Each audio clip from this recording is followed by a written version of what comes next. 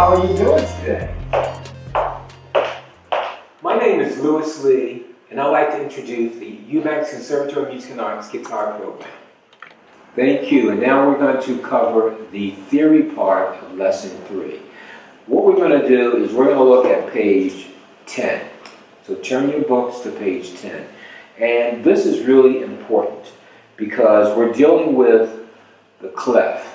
And a lot of people misconstrue what the clef is. They look at this, and a lot of my students, when they first, they think these are guitar strings. And no, these are only 5 lines and 4 spaces. And you might have learned this in elementary school or middle school, I don't know. But it's the staff. The staff consists of 5 lines, and I have it down here. I summarized it. 5 lines and 4 spaces, and it's numbered upward. Remember, there's no soliloquy. You don't have to learn a whole Shakespeare play. 5 lines and 4 spaces, and it's numbered upward. Try to remember that verbatim because it'll keep you going. And what you want to do is learn the name of the lines. Every good boy does fine. E, G, B, D, F. Remember that from school? E, G, B, D, F. Every good boy does fine. And the spaces are face. F, A, C, E. What's so significant about this? It says right here, a staff consists of 5 lines and 4 spaces and is numbered upward. So that means you read down up. A lot of guitar players, that's why when they look at music, they don't know, their eyes are all over the place. You read like this, you see the chord. You read down, up, down, up. Every musician, keyboard players, they have to read the bass and treble. They don't read up, down, they read, or up, down, they read down, up. They have to because the bass is here, and that's how they, so it's a training. And let's say if you did read up and down. To me, as a musicologist, it wouldn't hurt. It's the consistency. When your eyes are going up, down, you don't know which way. There has to be some consistency. And the tradition is down, up, down, up. So you look down, you go up. Okay, so we'll just stick with that for now. Okay, great. So having said that, that's what the staff is. Now, what I have here are 3 staffs. Now, remember, a staff consists of 5 lines and 4 spaces. What differentiates these are the clef. And what is a clef? A clef tells you the name of the strings. And so this is the treble clef. This is the clef that guitar music is written in. And about 500 other instruments. Okay? There are 13 clefs. In the book, when I wrote the book, I put a glossary in here. Okay, here it is. It's on page 65. Page 65, it tells you all 13 clefs. Okay? And out of their 1,752 instruments. That's a lot of instruments all over the world. And they read in one of these 13 clefs. Okay? So you want to know that. Now, you don't have to study this. This is just information, so if you want to impress somebody, you can tell them what it is. But I had to learn this being a musicologist from USC, so I had to know this. So the clef that you want to be concerned with is the treble clef. But you want to know the significance of a treble clef and what it's for. So that's good to know because it tells you why it's so important. Why is it so important? Because you can look at some music and it could be written in a bass clef. And then you'll start reading and you'll wonder why it doesn't sound right because you're reading it in the wrong clef.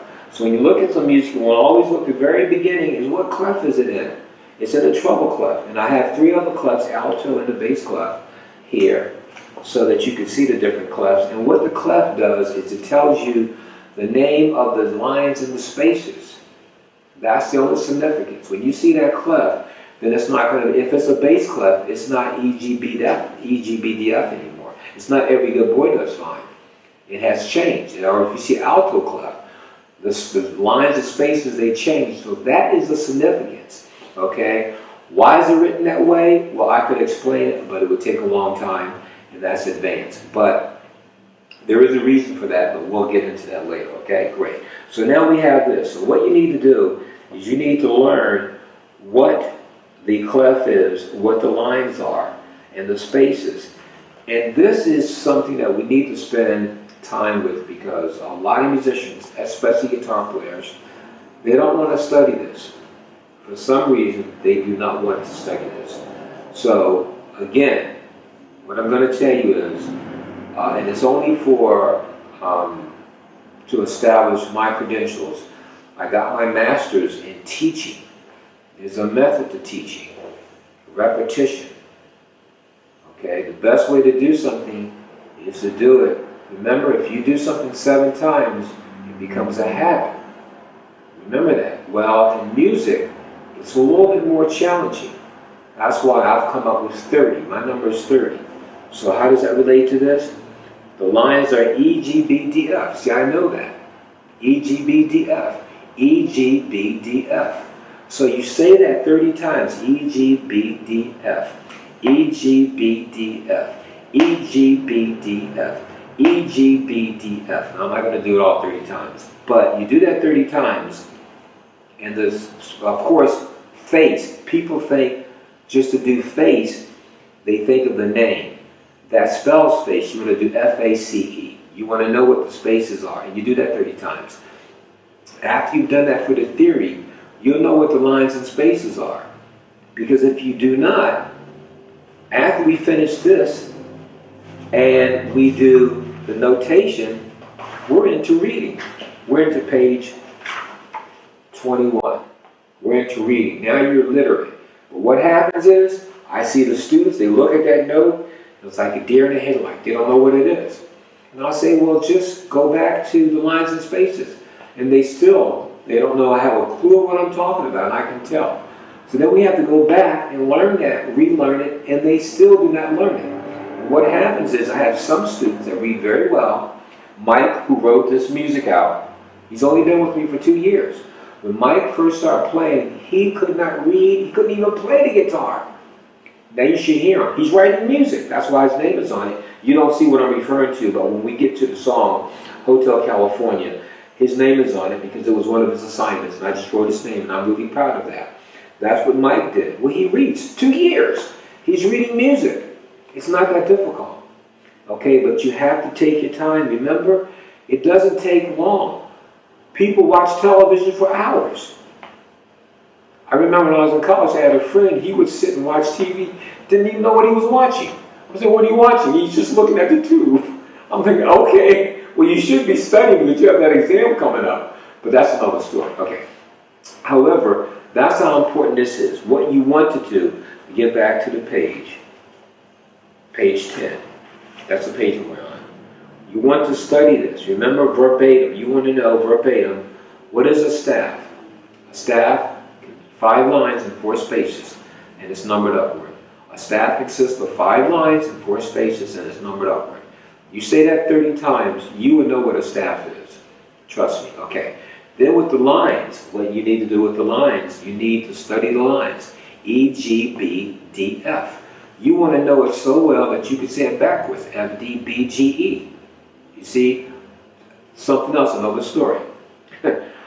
My son, when he was in, he went to Santa Monica. I'm really proud of him. Prior to that, he was in private school. But I remember when he was a kid in kindergarten, he came home saying his alphabets, A, B, C. I said, okay. I said, can you say them backwards?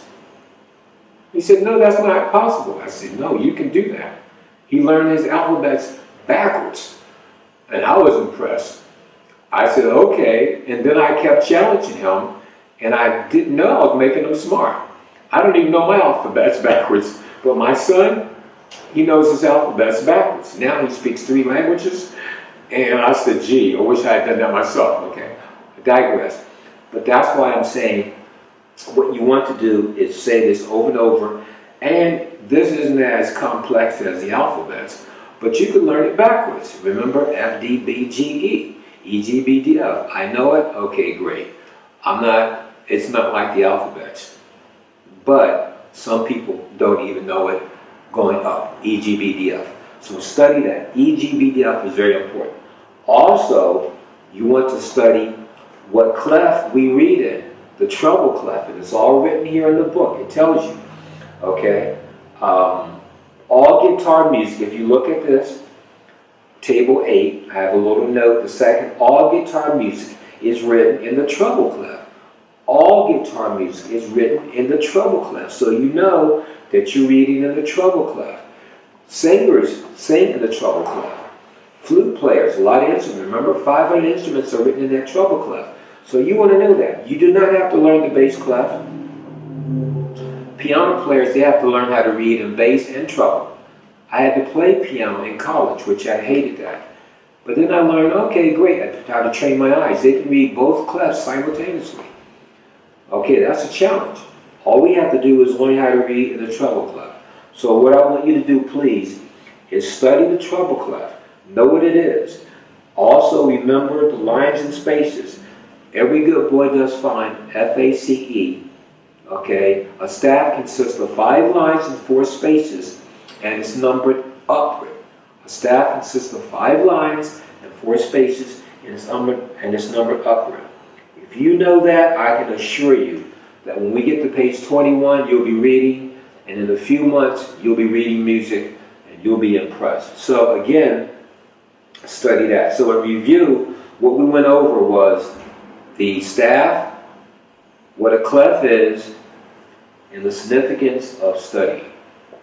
Thank you for your time and your patience, and that concludes the part of theory.